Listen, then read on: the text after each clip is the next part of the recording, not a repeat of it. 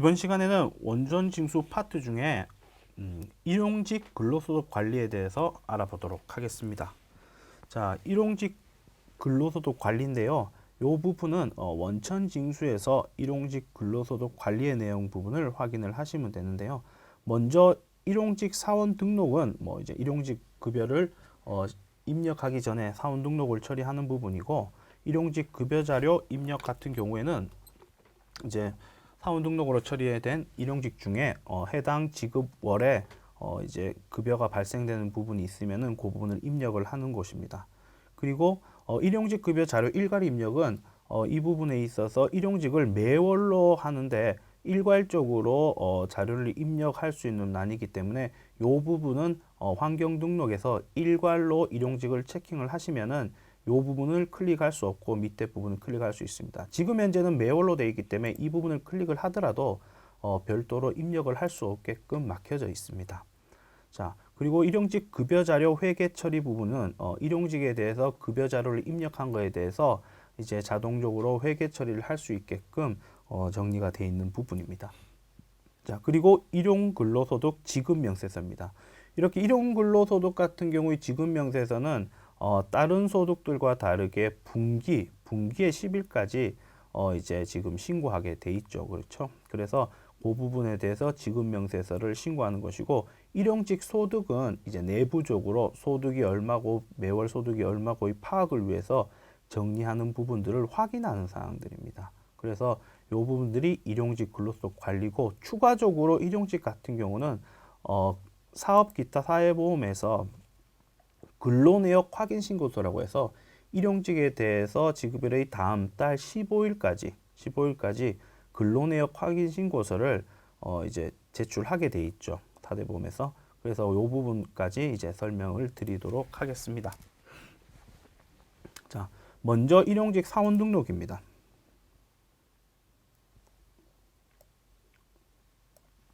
자, 일용직 사원 등록인데요. 해당되는 일용직이 발생됐었을 때 각각의 번호를 입력해서 성명과 입사 연월일을 정상적으로 입력하시면 되는 부분입니다. 자, 그리고 보시면은 여기에 3번 내국인 구분은 내국인에 해당되거나 외국인에 해당됐었을 때 이 부분을 체크를 하시면 되는데요. 외국인인 것 같은 경우에는 이제 체류 자격이나 이런 부분들을 국적이나 이런 부분을 잘 적어 놓으셔야 됩니다. 이런 부분들에 있어서는 근로내역 확인 신고서에서도 반영이 되고, 지급명세서 제출할 때 국적이나 이런 부분도 반영돼야 되는 부분이 있기 때문에 이 부분은 유의해서 작성을 하시면 될 것 같고요. 주소나 전화번호 이런 부분들은 확인을 하셔서 관련된 부분을 작성을 하시면 됩니다. 그리고 관리 직종이나 관리 직종 부분에 해당되는 관리직 어떤 직무이 있는지를 체킹을 하시면 되고, 밑에 고용보험 직종도 체킹을 하셔야 됩니다.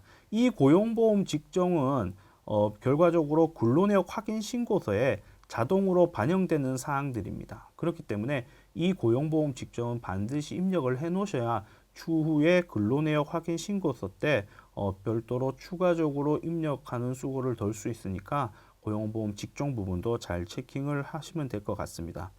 자, 임금 지급 방법입니다.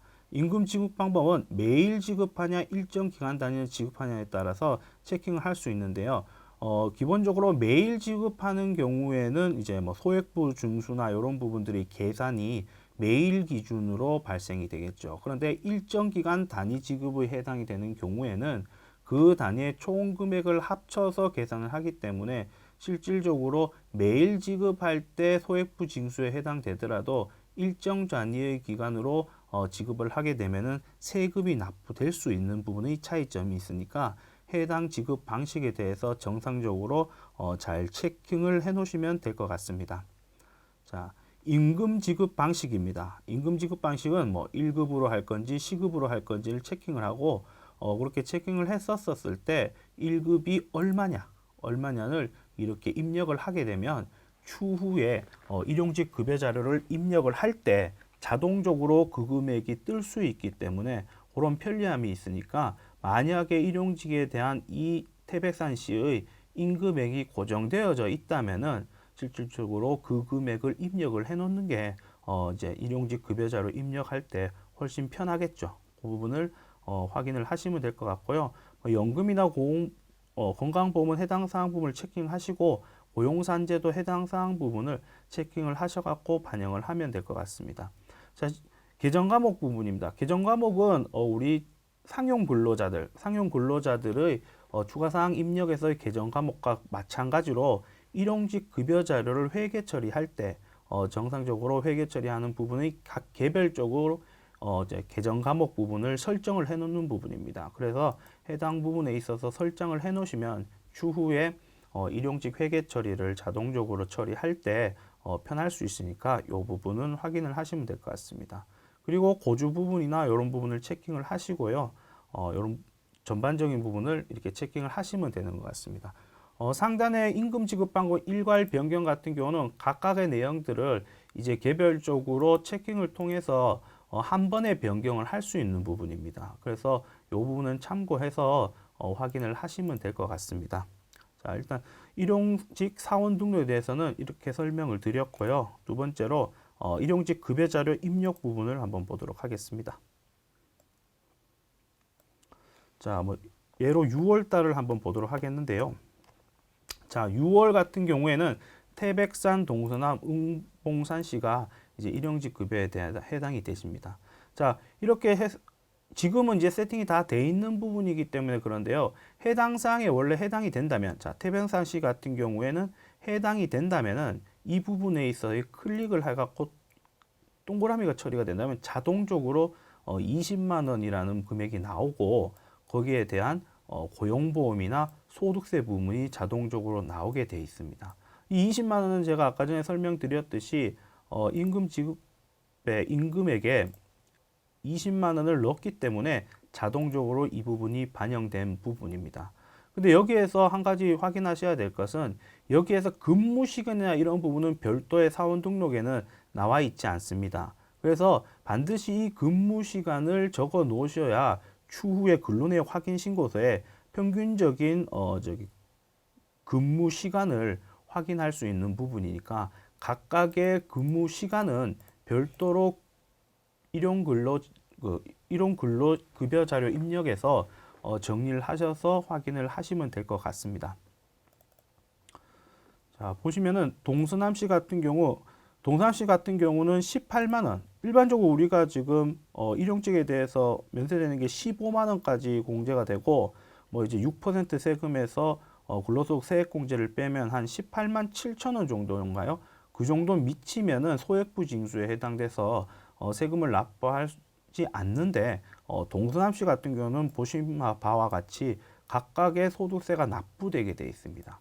그 이유는 제가 설명을 드렸듯이 동서남시 같은 경우 일정 기간 단위로 지급을 하고 있기 때문에 그 지금 신고 시점에서의 모든 지급 금액의 합으로서 계산이 되는 부분이 있기 때문에 소액부 징수의 금액에 해당되더라도 모든 전체의 합인 금액을 이제 우리가 소득세나 지방세로 납부하게 돼 있는 겁니다. 자, 이런 부분들을 이렇게 잘 체킹을 하셔갖고 반영을 하시면 됩니다. 여기에서 아까도 얘기 설명드렸지만 근무시간이나 이런 부분들은 근로내역 확인 신고서에 반영되는 추가사항 내용들이기 때문에 잘 확인을 하셔갖고 정리를 하셔야 될 겁니다. 자, 그리고 보시면은 이쪽에 지급 방법이나 이런 부분은 이제 매일 지급이나 일정 단위 지급이나 이런 부분에 있어서 개별적으로 이렇게 조회를 할 수 있는 란들이 있으니까 이 부분도 개별에 맞게끔 확인을 하시면 될 것 같고요. 전반적인 입력 사원만 보기, 입력된 사원이나 전체 사원이나 볼 수 있는 부분으로 이 부분을 이제 확인을 하고 정리를 할 수 있는 부분입니다. 자, 그리고 위에 사원 간 간편 등록이라는 것은 여기 일용직 급여자료 입력해서 바로 사원에 대해서 등록을 할 수 있는 곳이니까 이 부분도 확인을 하시고 보시면 될 것 같고 월벅사는 우리 급여대장 입력처럼 급여대장 입력해서 지급 일자처럼 그 달의 월을 다음 달이나 해당 달에 대해서 복사를 할 수 있게끔 하는 기능입니다. 그래서 이 부분들을 상단의 부분들도 확인을 잘 하시면 될 것 같습니다.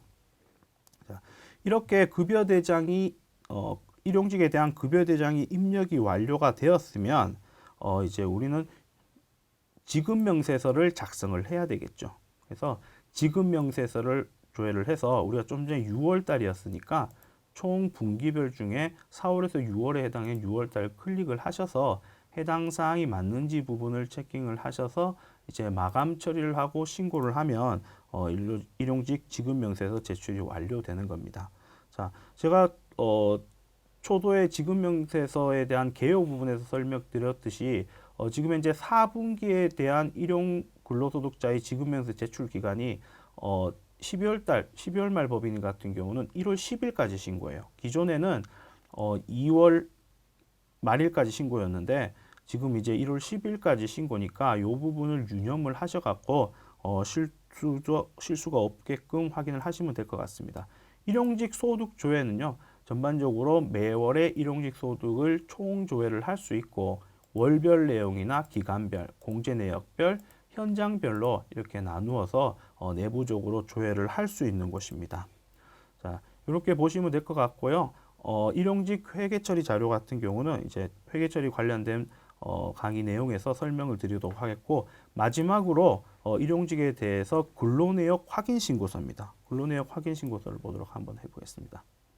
자, 근로내역 확인 신고서는 자, 사업장이라면은 기본적으로 사업장이 정보가 불러져 있으면은 사업자 부분을 확인을 하셔서 해당 귀속 요원이나 지급 요원의 내역을 이제 신고를 하시면 되는 건데요. 우리가 기존에 6월달 부분이 있으니까 그 부분을 한번 확인해 보도록 하겠습니다.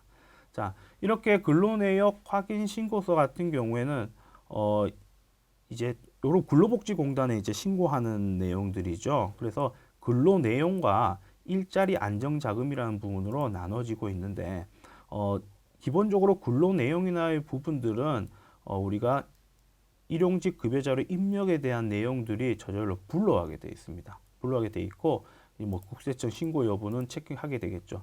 일반적으로 근로내역 확인 신고서를 정상적으로 근로복지공단에 신고했었을 때 국세청에 신고를 하지 않아도 됩니다. 하지 않아도 되게 돼 있지만 가급적이면은 우리가 일용직 신고도 국세청에 중복으로라도 할 수 있는 것을 이제 내부적으로 파악하거나 하기 위해서는 하는 게 아무래도 낫지 않겠나 싶습니다. 그리고 일용직 같은 경우에도 일자리 안정자금이 일정 부분 되면은 안정자금을 받을 수 있는데요. 그렇게 받게 됐었을 때 그 부분을 예로 체킹을 하고 일자리 안정자금에 대한 내용들을 별도로 제출을 할 수 있는 부분들입니다.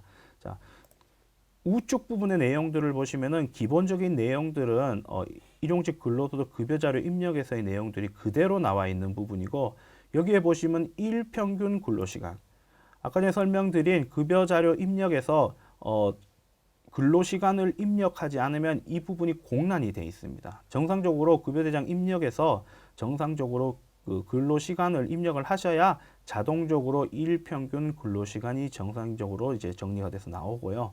임금총액이나 보수총액 이런 부분들은 일자나 이런 부분들은 급여자료 입력 부분의 내용들이 그대로 나와지는 부분이니까 확인하시면 될 것 같고요. 좀 전에 얘기 드린 직종이나 국적이나 이런 부분들도 정상적으로 사원 등록이나 급여자료 입력에 정상적으로 입력이 됐다면은 이 부분들은 자동적으로 불러와지니까 그 부분들을 잘 참고로 하시면 될 것 같습니다. 자, 신고 옵션은 뭐 일자리 안정자금에 대해서 해당되는 신고를 하는 옵션이고요. 참고 자료를 보시면은 일자리 안정자금에 대해서 일자리 안정자금이나 근로내역 확인 신고서에 대한 이제 작성에 대한 기본적인 내용이나 이런 부분이 뭐 나와 있으니까 별도로 확인을 하시면 될 것 같습니다. 일자리 안정자금이나 근로내역 확인 신고서는 확실히 일용직 같은 경우에서도 잘 체킹하셔서 확인을 하셔야 돼요. 특히 일자리 안정자금 같은 경우에는 기본적으로 한도가 있는데, 일자리 안정자금은 뭐 간략하게 설명을 드리자면 일정 사업 한 사업장에 일정 금액의 근로자들이 있었을 때 일자리 안정자금을 지급하잖아요. 그런데 월 보수가 일반적으로 한 210만 원을 기준으로 하고 있는데 실질적으로 210만 원이라는 것은 주 40시간 근로한 자 기준으로 해서 210만 원이 이제 월 급여로 나오는 거죠. 그렇기 때문에 우리가 근로복지공단, 그러니까 고용보험에서 말하는 뭐 단시간 근로자나 초단시간 근로자들은 이 40시간 이하인 자들입니다. 그리고 별도로 일용직은 이제 그 시간과 관계없이 별도로 이제 한도나 대상을 규정하고 있어요. 그래서 일용직 같은 경우는 기본적으로 우리가 지금 2019년도 같은 경우 8,350원인가요? 요 부분에 8시간을 곱한 금액이 최저임금이 되겠고 일자리 양정자금을 받을 수 있는 한도는 한 45% 정도의 내부인 것 같아요. 그래서 1최대 97,000원, 97,000원 이하 되고 최저임금 이상 돼야지 그 사이에만 일자리 안정자금을 받을 수 있습니다. 그래서 그 부분들은 잘 확인을 하셔갖고 거래처 확인 여부도 잘 체킹을 하셔야 돼요. 나머지 추가적인 일자리 안정자금은 4대 보험 파트에서 설명을 드리면 될 것 같습니다. 예. 이상으로 일용 근로소득 관리에 대해서 알아보았습니다.